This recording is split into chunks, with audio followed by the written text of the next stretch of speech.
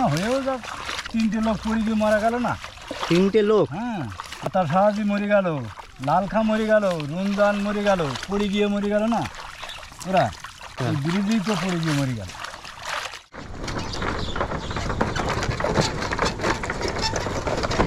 মানে হেঁটে হেঁটে আসলেন ওই, আপনাদের ভয় লাগছিল যখন? হ্যাঁ, ভয় লাগছে। আচ্ছা, আমরা রুগী, ও আচ্ছা, আমাদের ওইভাবে আসতে ডাক্তারের কাছে গেছিলাম, তবুও হেঁটে আসতে হলো। এটা আমাদের রুগী, কত অসুবিধা হয়, এখানে সময় নষ্ট হয়। আছি খুব ভালো না, আমি হ্যান্ডিক্যাপ মানুষ তো। ও আপনার কি প্যারালাইসিস? না, আমার গা পড়ে আমি হ্যান্ডিক্যাপ হয়ে গেছি। হাট বাজার ডাক্তার কবিরাজ সবই সবের উপরে। আপনার এমনি মাঠে জমি নেই? মানে অবস্থা এইরকম, তা আপনারা এই যে পারাপার করেন, তা এখানে ভয় লাগে না বা যে কোনো সময়? বহুটা কতটা পড়ে গেছে, আমরা পড়ে গেছি। নমস্কার বন্ধুরা, নতুন একটা দিন, নতুন একটা ভিডিওয় আমার সমস্ত দর্শক বন্ধুদের জানাই স্বাগতম।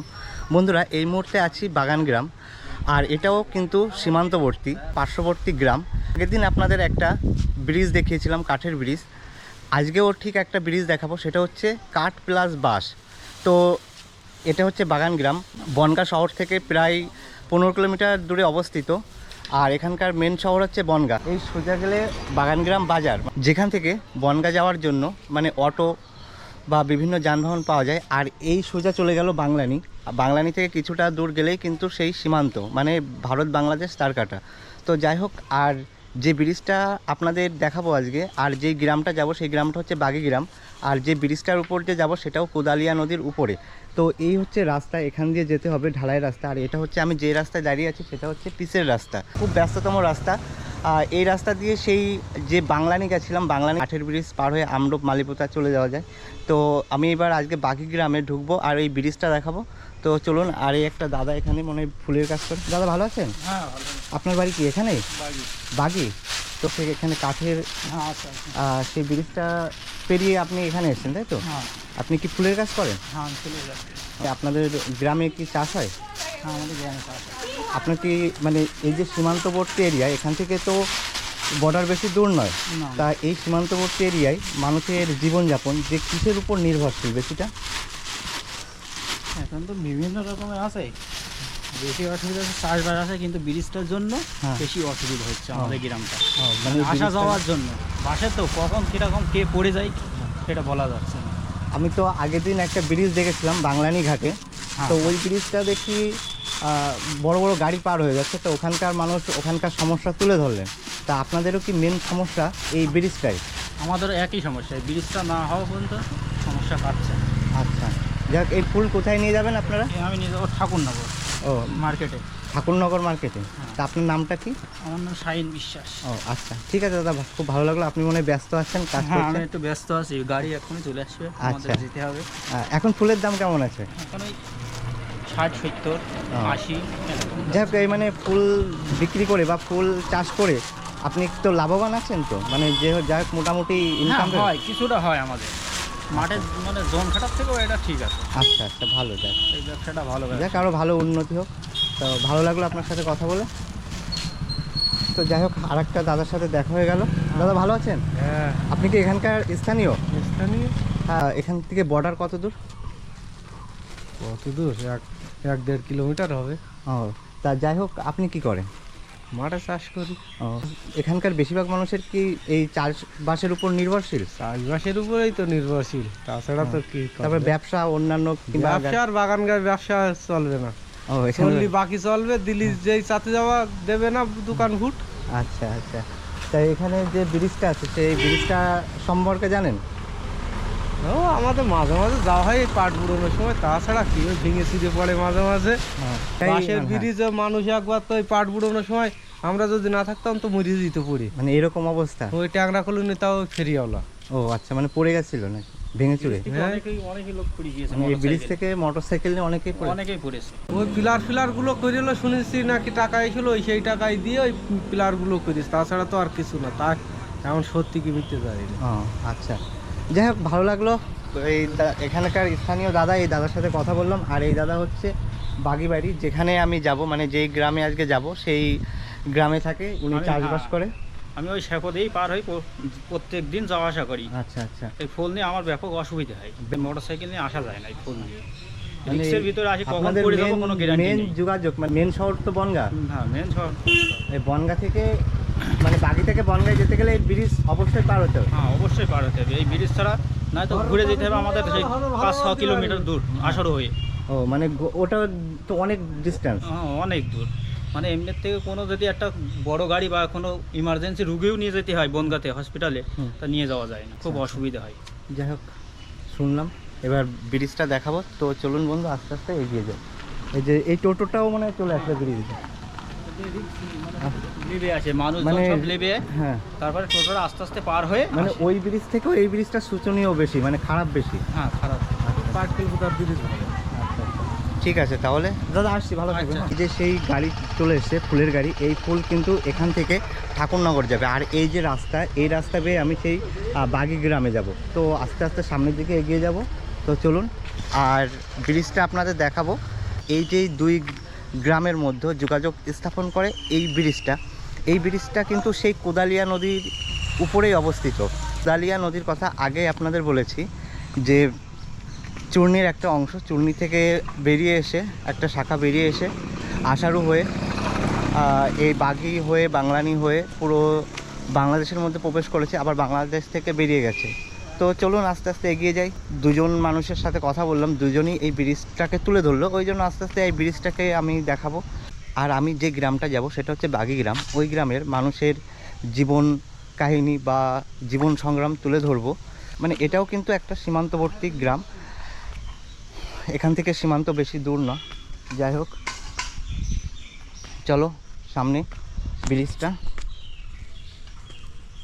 যেখান থেকে আমি এই ব্লগটা শুরু করলাম, এই পিচির রাস্তা থেকে সামনের দিকে হেঁটে যাচ্ছি। এই রাস্তা কিন্তু ঢালাই রাস্তা, দেখুন।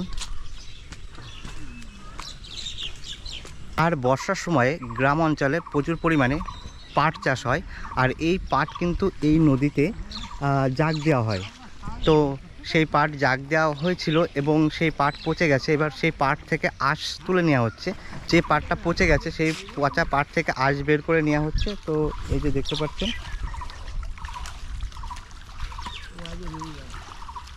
আপনাদের যে ব্রিজটার কথা বলেছিলাম, এই কিন্তু সেই ব্রিজের কাছেই চলে এসেছি।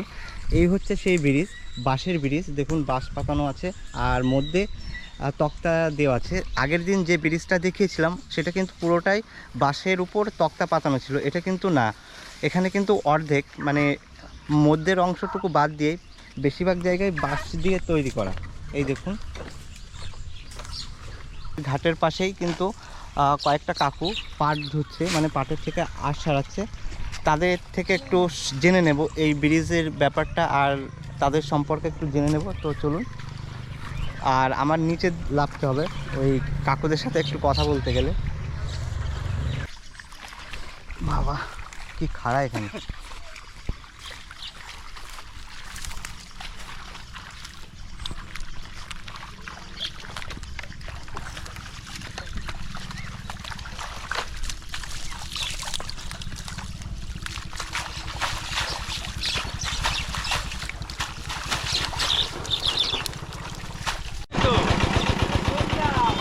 সবাই তো যাচ্ছে, মানে এই কাকুটা যেতে ভয় পাচ্ছে, মানে যাওয়া যায় কিনা কিংবা ভেঙে পড়ে সেই হিসাবে উনি ভয় পাচ্ছে। এখানকার স্থানীয় যারা আছে তাদের কাছে শুনে নিচ্ছে।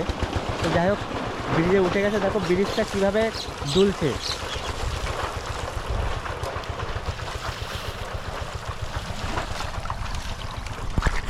যাই হোক ঘাটের পাশে কয়েকটা কাকু পাট ধুচ্ছে, মানে একটা জাগ দেওয়া ছিল সেই পাট থেকে আঁশ ছাড়াচ্ছে। তো এই কাকুদের কাছ থেকে এই জায়গা সম্পর্কে এবং এই ব্রিজ সম্পর্কে একটু জেনে নেব। তো কাকু ভালো আছেন? হ্যাঁ ভালো। আপনার বাড়ি কি এখানে? হ্যাঁ এখানে ব্রিজটা দেখলাম এখানে বাঁশের ব্রিজ, তো এই ব্রিজটা কতদিন ধরে এরকম? বহুত দিন ধরে, 2000 সালের আগে। এই যে আপনার মানে কাজ করছেন, যে মূল্যবান সময় নষ্ট করছে, এতে প্রবলেম নেই তো? না এই তো প্রবলেম নেই। আচ্ছা, এই ব্রিজটা কতদিন হয়েছে তৈরি হয়েছিল? 30 বছর তো হচ্ছে। 30 বছর? তা এখনো পাকাই হয়নি? না। তা আপনারা নৌকো চলতো, তারপরে গ্রামের লোকজন সব নিয়ে ওই গ্রাম থেকে তারা তুলে ওই বাঁশের সাঁকো করা হয়। তা আপনারা এখানকার মানে প্রশাসন বা বড় বড় জায়গায় আপনারা বড় বড় নেতারা এসে দেখে গিয়েছে, কালকেই করে দেবো। আর নেতারা আর আর কি নেতারা আর আসেনি। আপনাদের তো বড় সমস্যা এখানে এই ব্রিজটা। সমস্যা ওই দেখছো না, ইঞ্জিন ভ্যান যাচ্ছে, তাই বলতে যাবো, ও পড়েও গিয়েছে কালকে ওখানে। কালকেই পড়ে গেছে হ্যাঁ, ব্রিক্স নিয়ে, মানে Bricks খুব নিয়ে ঝুঁকি যাচ্ছে। নিয়ে পারাপার করতে হয়। বারবার করতে হয়, ছেলেপিলে স্কুলে যায়, পড়ে যায়, ওই সকালবেলা আচ্ছা, সকাল শুধু পড়ে এই- এই ব্রিজটার উপর নির্ভর কতগুলো গ্রাম? বহুত গ্রাম, এ ধরো একবারে বাগদা ব্লক পুরো, কারণ মিনিমাম 15-16 গ্রাম। তা তো হবে। তো এই ব্রিজটার উপরেই ডিপেন্ড করে। আর এখান থেকে মেন আপনাদের শহর বনগা, বনগা, বনগায় যায় হসপিটাল, বনগা মানে হসপিটাল, থানা সবই তো বনগা। সবই বনগা। না, তার মধ্যে থানা বাগদা আছে, আমাদের হ্যাঁ, বাগদা আছে, মানে অনেক সময় তো যেতে যেতে এত, এখান থেকে বনগা মিনিমাম 18-20 কিলোমিটার। ওই রকম হবে। আর এই ব্রিজ পার হতে হতেও তো আরও অনেক সময় লেগে যায়। অনেক সময় দুর্ঘটনা হয়েও যাবে। কোনোদিন পড়ে গেছে যে ব্রিজ ভেঙে গেছে ওই এরকম? যে 3টে লোক পড়ে গিয়ে মারা গেল না। 3টে লোক? হ্যাঁ, বাবা, ভয়ানক অবস্থা তো। আতা সাহাজি মরে গেল, লালখা মরে গেল, রমজান মরে গেল, পড়ে গিয়ে মরে গেল না ওরা। কি অবস্থা! বিরোধী তো পড়ে গিয়ে মরে গেল। মানে তো এইরকম আমাদের সামনে দেখা চকি তো এরা পড়ে গিয়ে মরে গেল না। পেশা কৃষিকাজ। কৃষিকাজ আমরা এই করছি, যা করি এই তা আপনার কেমন ইনকাম হয়? ইনকাম কিরাম, এ আনতি তা থাকে না, তা আনতি এ থাকে না, এই ইনকাম জন খেটে কি ইনকাম হয়। আপনার মাঠে জমি আছে? এখানে তো না। দেখলাম বেশিরভাগ মানুষের চাষবাস। চাষবাস আপনাদের এখান থেকে তো বনগাঁ শহর অনেক দূর। তা যদি রাত্রিবেলা কোনো প্রবলেম হয়, রাত্রিবেলা কারো যদি কোনো অসুবিধা হয়, তখন হসপিটালে নিয়ে যেতে মানে আপনারা কি করেন তখন? মরেও যেতে পারে, রুগী মরেও যেতে পারে। মানে এরকম অবস্থা? একটু দেখাই যাচ্ছে না, একটু পরিষ্কার দেখা যাচ্ছে, এ তো আর গল্প না। না না, এই তো দেখাই যাচ্ছে আমি সেটা তো। এখানে কাজ করছি, এ তো দেখাই যাচ্ছে। বন্ধুরা, ব্রিজটা দেখো এই যে, আর আমি নিচে নেমে গেছি, এই কাকুরা পার ঢুকছে এখানে, কাকুদের সাথে কথা বলছি। কাকু, আপনি ভালো আছেন? তা কখন থেকে এই পার ধুচ্ছেন?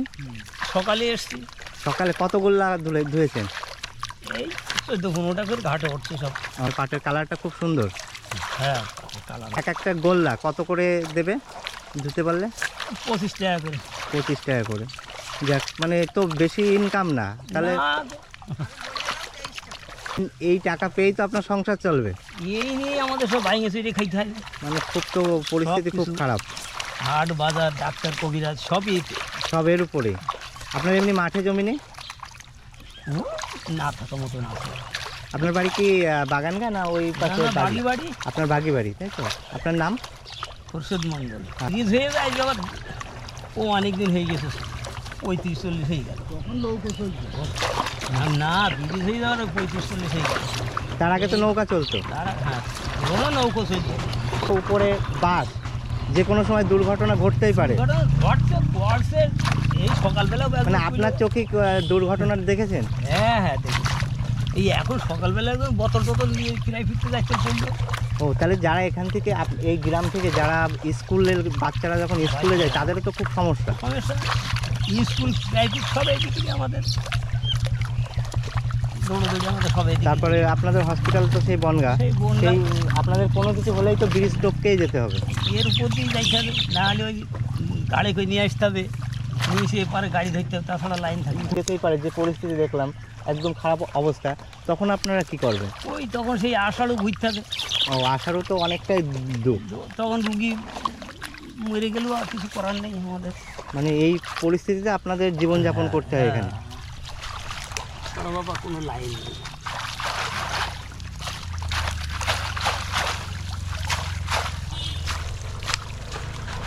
দেখলেন যে এখানকার মানুষরা, মানে এই বাগি গ্রামের মানুষরা এই ব্রিজটার জন্য যে তাদের যে প্রতিনিয়ত যুদ্ধ করতে হয়, যে ওই কাকুই বললেন যে এখানে পড়ে অনেকে মারাও গেছে। তো যাই হোক, আশা করি এই ব্রিজটা খুব তাড়াতাড়ি পাকা হয়ে গেলেই ভালো। এই কাকুগুলোর মুখ থেকে আপনারা শুনলেন, এই ব্রিজটা সম্পর্কেও শুনলেন কি পরিস্থিতি, কি ভয়াবহভাবে ওই পার থেকে এই পারে আসে। এপার থেকে এই পারে আসে প্রতিটা মুহূর্তেই ঝুঁকি নিয়ে আসতে হয়, তো কিছু করার থাকে না। এবার ব্রিজটা আস্তে আস্তে পার হয়ে দেখুন কত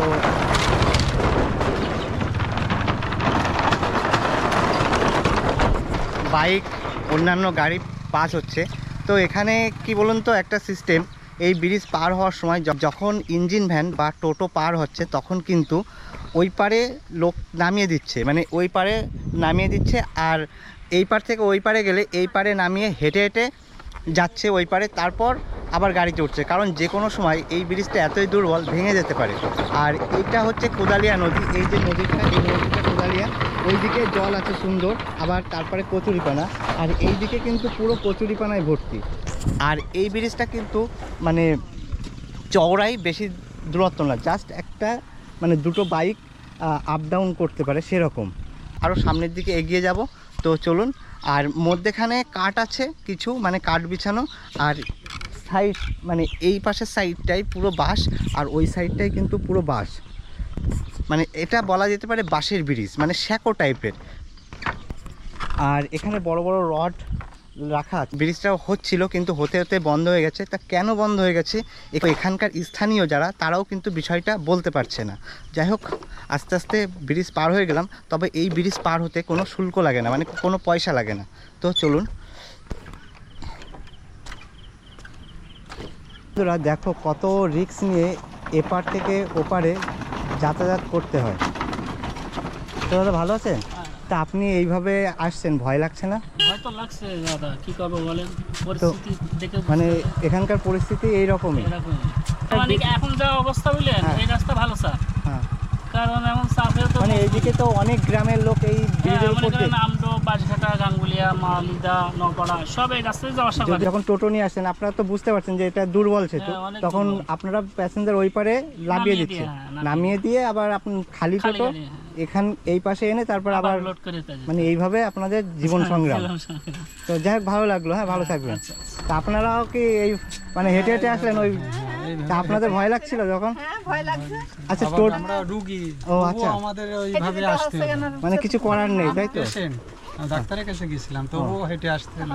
হেঁটে তা আসাটা এখনো যদি আপনাদের নিয়ে আসে তো রিস্ক, যে কোনো সময় ভেঙে চুরে পড়তে পারে। করতে পারে, হ্যাঁ। তো যাই হোক, তারপরে আমাদের রুগী কত অসুবিধা হয়, হ্যাঁ, এখানে সময় নষ্ট হয়। তারপরে মানে আপনাদের এখানে একটা কংক্রিটের বা পাকা ব্রিজ হয়ে গেলে আপনাদের সব থেকে সুবিধা হয়, মানে অনেক গ্রামের মানুষের সুবিধা হচ্ছে। আচ্ছা, ভালো লাগলো দাদা, আসবেন, হ্যাঁ ভালো থাকবেন। ব্রিজটা পার হয়ে আসলাম, পার হয়ে এখানে একটা টার্নিং মোড় বাঁধবে, আর ব্রিজ পার হওয়ার পর কিন্তু একটা ঢালাই রাস্তা বেয়ে এখানে আসতে হবে, মানে এটা কিন্তু ঢালাই রাস্তা। আর এই রাস্তাটা চলে গেল আমডোব, আর এই রাস্তা চলে গেল মালিপুতা। তো আমি এই রাস্তা বেয়ে কিছুটা দূর যাব। তো নদীর পার্শ্ববর্তী এলাকায় যারা বাস করে তাদের জীবনধারা আপনাদের সামনে তুলে ধরবো। তো চলুন। আর এটা ঢালাই রাস্তা বেয়ে এগোচ্ছি, সামনে এই রাস্তাও কিন্তু পিচ হয়ে গেছে। তো চলো।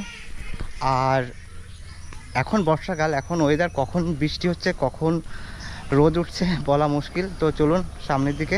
ঘাট পার হয়ে এই যে বাদিকের রাস্তা পেয়ে আসলাম, এখানে একটা বড় স্কুল আছে, স্কুল বাগি জুনিয়র হাই স্কুল, এবং এর সঙ্গে একটা ফ্ল্যাট সেন্টার হয়। মানে ফ্ল্যাট সেন্টার হয় মানে এখানে যে বন্যা দুর্গত যারা, তাদের যে থাকার জায়গা, এটা হচ্ছে সেই ফ্ল্যাট সেন্টার।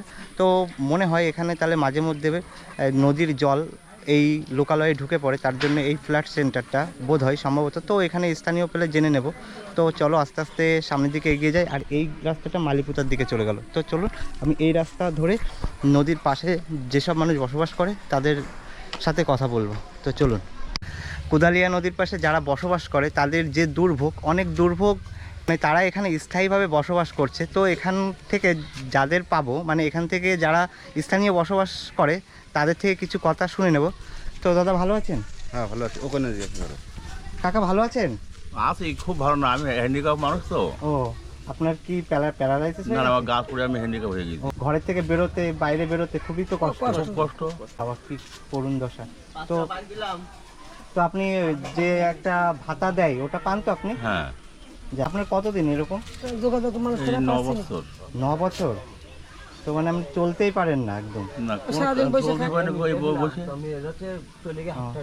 তো আপনি তো এখানকার স্থানীয়? হ্যাঁ, আমাদের স্থানীয় মানুষের আর তো বলা যাবে না। ও, তা এই যে আপনি নদীর পাড়ে বসবাস করেন, তা আপনাদের যে ভয় বা আতঙ্কের মধ্যে কখন নদীতে জল বেড়ে যায় বা কখন কি মানে বাড়িতে জল চলে আসে?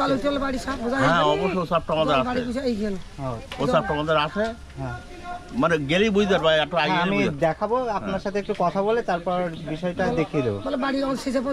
আর আরেকটা জিনিস দেখলাম আমি যখন আসছিলাম তখন যে ব্রিজটা খুব দুর্বল। হ্যাঁ। তা এই ব্রিজটা নিয়ে আপনারা তো অনেক এখানকার স্থানীয়, আপনার বয়স অনেক, তো আপনারা যে মুরব্বী মানুষরা তো কি ভেবেছেন ওই ব্রিজটা নিয়ে আপনারা উপর ব্রিজটা নিয়ে যাওয়া মানে আজকে আমাদের প্রায় 70 বছর বয়স হচ্ছে হলে হ্যাঁ। ওই খালি আশা দেয় ব্রিজ হবে ব্রিজ হবে ব্রিজ হবে, এইভাবে করতে করতে আমার এই 70 বছর পাস হয়ে যাচ্ছে, ও, কিন্তু ব্রিজ হয় না না। ব্রিজ হয়নি। ওই ব্রিজ ওই আমাদের গ্রাম থেকে কালেকশন করে কাঠের ব্রিজটির জন্য বাসটা দিয়ে পার হয়। এবার দেখলাম এখানে তো একটা ব্রিজ দরকার, মানে হ্যাঁ। অনেকে মানে এখান থেকে হাই স্কুল যেটা সেটা হচ্ছে বাংলানি। বাংলানি তা এখানকার যারা পড়াশোনা করে তারা তো ওখানে যেতে তো খুব কষ্ট হ্যাঁ। হয়ে যায়। তারপরে ব্রিজ পারাপার যে বাঁশের ব্রিজ, তো যে কোনো সময় তো দুর্ঘটনা ঘটতে পারে। ঘটে তো, দুর্ঘটনা মারাও গিয়েছে, ওই জায়গায় মারাও গিয়েছে মানুষ, মানে খুব মানে কষ্ট করে। ওই স্কুলের ছাত্ররা যাচ্ছে খুব অসুবিধা হয় ওই জায়গায়। তা ওই একটা দুটো ছাত্র জানা 70 থেকে 80 জন ছাত্র আমাদের গ্রাম থেকে যায়। আচ্ছা, এই যে ব্রিজটা দিয়ে কত গ্রামের মানুষ পারাপার করে? এ তো বলা কষ্ট, মানে এদিকে মানে বর্ডার বয়রা, হ্যাঁ, এই বয়রা আর মিনিমাম এদিকে 14-15 গ্রাম, না না বেশি, তারও বেশি। বেশি। বাবা, নিম্ন 50-60 ফ্যামিলি গ্রামের লোক পাড়ায় এমদে, আচ্ছা মানে হেলান্সার থেকে যে রায়টা বয়রায় ঢুকে গেল, হ্যাঁ। এর খোলে যতগুলো গ্রাম আছে সম্পূর্ণ লোকগুলো এই রাস্তায় চলাফেরা করে। এটা বাগদা ব্লকের অন্তর্গত। আমরা বাগদা ব্লকে, আর ওই পাশটা বনগা ব্লক। হ্যাঁ নদীর ওপারটাই, আচ্ছা, নদীর ওপারটা বনগা ব্লক। তাতে নদীর ওপারের লোক আমাদের সহযোগিতা করে, আচ্ছা, যেমন কাঠের ব্রিজ যে করা হয় না, হ্যাঁ। ওখানকার লোক সহযোগিতা করে আমাদের। তো ওপারেও ঢালাই রাস্তা হয়ে আছে, এপারেও হ্যাঁ, এপারেও ঢালাই আছে। ঢালাই রাস্তা হয়ে আছে। হ্যাঁ। যে আগে তো মানে যখন ঢালাই রাস্তা ছিল না তখন তো কাদা হতো খুব, আরো problem। হ্যাঁ মানে আমাদের গামছা করে বাজার করতে গেছে, আমাদের বাজারটাই তো বাগানকার বাজার, আচ্ছা আচ্ছা, আমাদের মানে গামছা আপনারা করে তো বাজার করতে যান ওপারে, তাই তো? ওপারে। ও, সব- আমাদের বাগদা থানায় বাড়ি, আমাদের সব কিছু বনগা থানার ভিতরে, আচ্ছা। সব কিছু রোগী পত্তর হ্যাঁ। বিপদ আপদ সব কিছু। মানে আপনাদের মেন হচ্ছে ধরো কোনো প্রবলেম হলে আপনাদের মেন হসপিটাল হ্যাঁ বনগায় নিয়ে যান। বনগাই তাহলে রাত্রে যদি কোনো প্রবলেম হয়, কেউ ডেলিভারি কেসও থাকতে পারে বা কেউ বিভিন্ন প্রবলেম থাকতে পারে, তখন তো আপনাদের তখন ওই যাদের লোক আছে তাদের ডেকে ডুকে ডুকে পার হতে হয়। যা হোক, বনগাঁ তো এখান থেকে প্রায় 20 কিলোমিটার, 20 কিলোমিটার 15 কিলোমিটার, প্রায় 15 থেকে 20 কিলোমিটারের মধ্যে হসপিটাল। তো আপনাদের মানে টেনশন নিয়েই তো থাকতে হয় বেশি। টেনশন না, আমাদের টেনশন তো ওইটাই, আমাদের কিছু কিছু রুগী মারাও যায়, যে কোনো বিষ খেয়ে যায় ইমার্জেন্সি, হ্যাঁ। ওই নদী পার হতে গিয়ে তার আগে মরে যায় তারা। কি অবস্থা! তা বন্ধুরা দেখলেন এই কাকুটা বলল এই ব্রিজ সম্পর্কে, মানে উনি এখানকার স্থানীয়, উনার 70 বছর বয়স, সেই হিসাবে উনার এক্সপিরিয়েন্সটা আপনাদেরকে শেয়ার করলো। তা কাকু ভালো থাকবেন। হ্যাঁ, আচ্ছা, আর ঠিক আছে। আপনার বাড়ি এটা, তাই তো? হ্যাঁ। তো একটু কাকুর বাড়িটা আপনাদের দেখিয়ে দিই। তো দেখুন, আর পাশেই তো একটু দূরে গিয়েই তো নদী, তাই তো? আর একটু গেলে রাস্তা দেখা যাবে। হ্যাঁ। আচ্ছা, এই রাস্তা যত দূর গেছে মানে তত দূর কি এই ঢালাই রাস্তা? না ওই সামনে শেষ, আর ওখানে গেলে মাটির রাস্তা গেলে এরা শুরু হয়ে গিয়ে। যে কাকুটার সাথে একটু আগে কথা বললাম সেই কাকুদের বাড়ি এটা। তো বাড়িটা দেখুন একেবারে নদীর পাশে।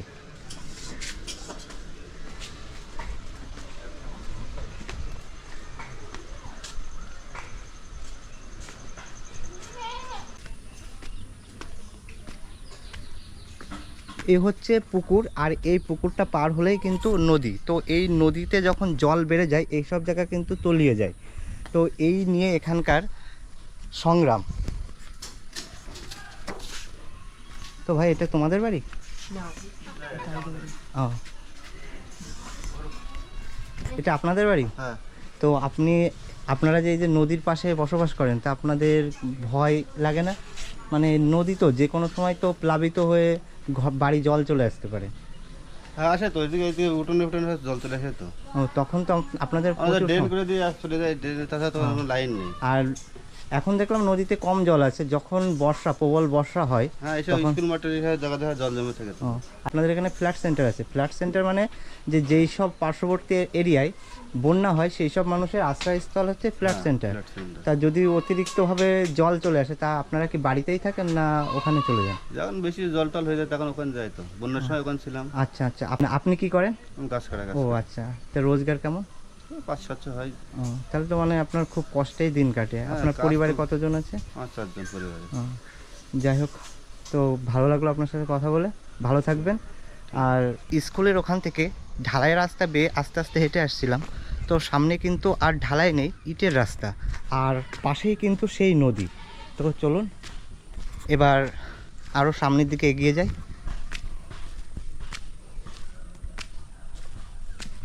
ঢালাই রাস্তা কিন্তু ওখানে শেষ হয়ে গেল, তারপরে কিন্তু ইটির রাস্তা কিন্তু এখান থেকে বেশি দূর নয়, তারপরে কিন্তু আবার কাঁচা রাস্তা শুরু হয়ে গেল। তা এই যে দাদারা এখানে কিন্তু বসবাস করে, এই রাস্তা দিয়েই কিন্তু যাতায়াত করে।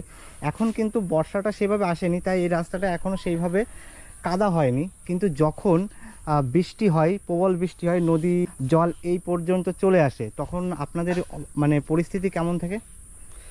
পরিস্থিতি তো খুব খারাপ, কারণ একটা বাচ্চা কাচ্চা যদি বাই চান্স কুলার ধারে পড়ে গড়িয়ে পড়ে যাওয়ার ভয় থাকে। হ্যাঁ, বাচ্চাদের খুব সাবধানে রাখতে হয়। আচ্ছা, এই যে রাস্তা দিয়ে আপনারা যাতায়াত করেন, তা কাদা হলে তখন কি অবস্থা হয়?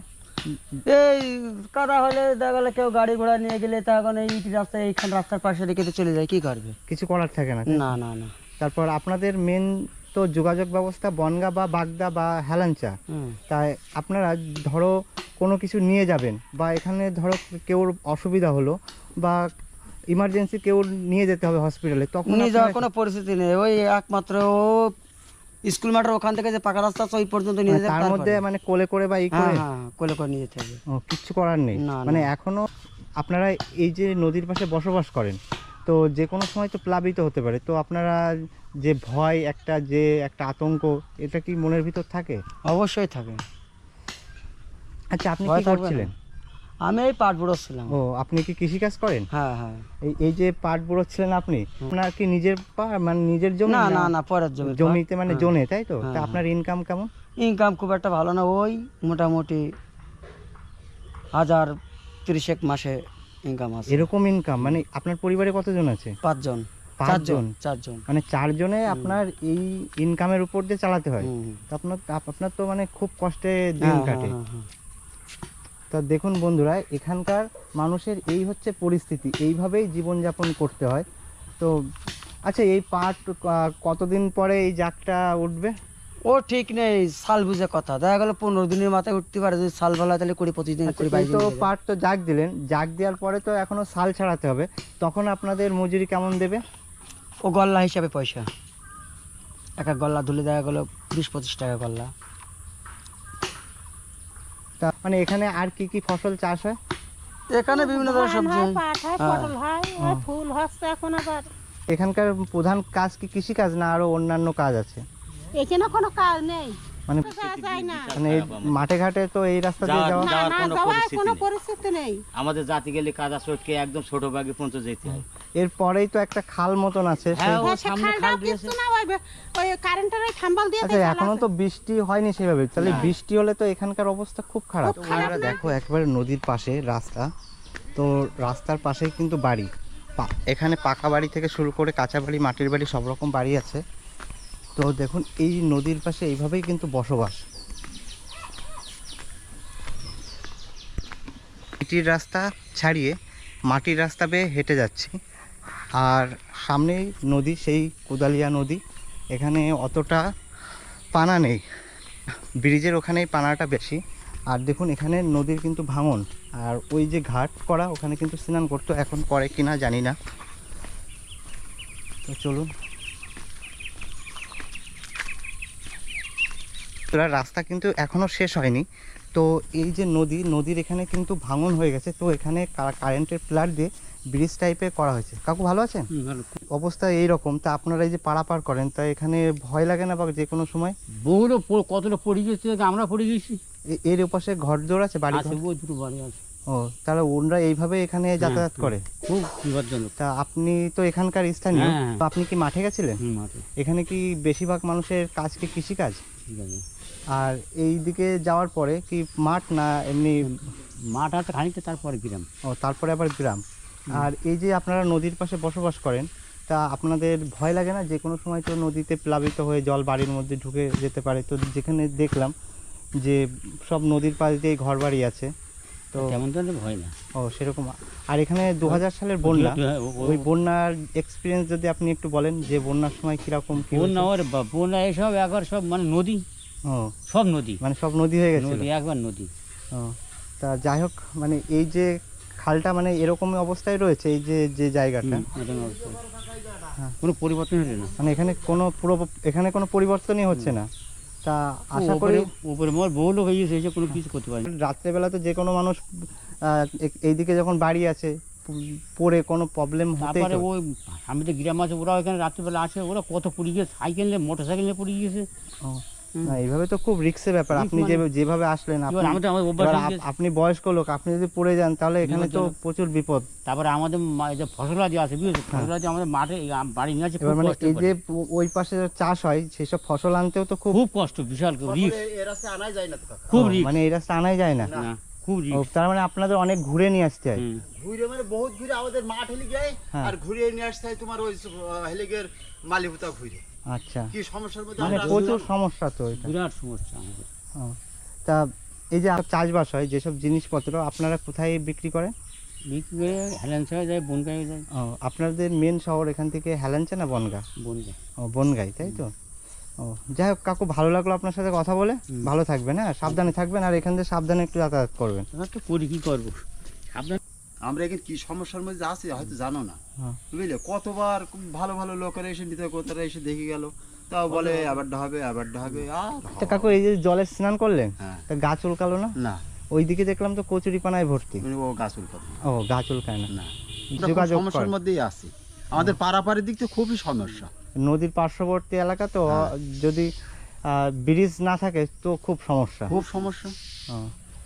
ঠিক আছে কাকু, ভালো থাকবেন। একটু ঘুরে আসি, এই দিকটা দেখে আসি।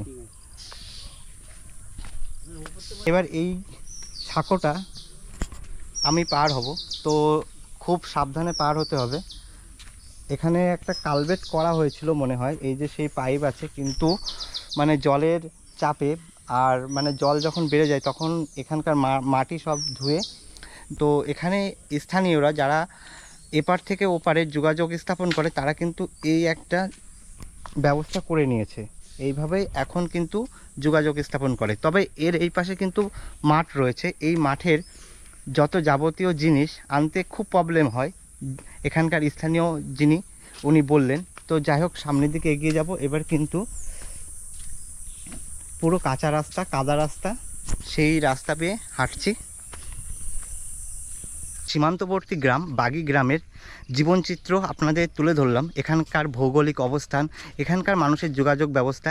এমনিতেই কোদালিয়া নদীর পার্শ্ববর্তী গ্রাম, এমনিতেই এই গ্রামটা একেবারে নদীর পার্শ্ববর্তী, এবং এখানকার মেন যে প্রবলেমটা সেটা হচ্ছে যোগাযোগ ব্যবস্থা। এখানকার একটা কাঠের ব্রিজ আছে, এখানকার স্থানীয়রা তাদের বক্তব্য যদি এই ব্রিজটা কংক্রিটের হয়ে যায় তো আরও ভালো হয়, এখানকার যোগাযোগ ব্যবস্থা আরও উন্নত হয়ে যায়।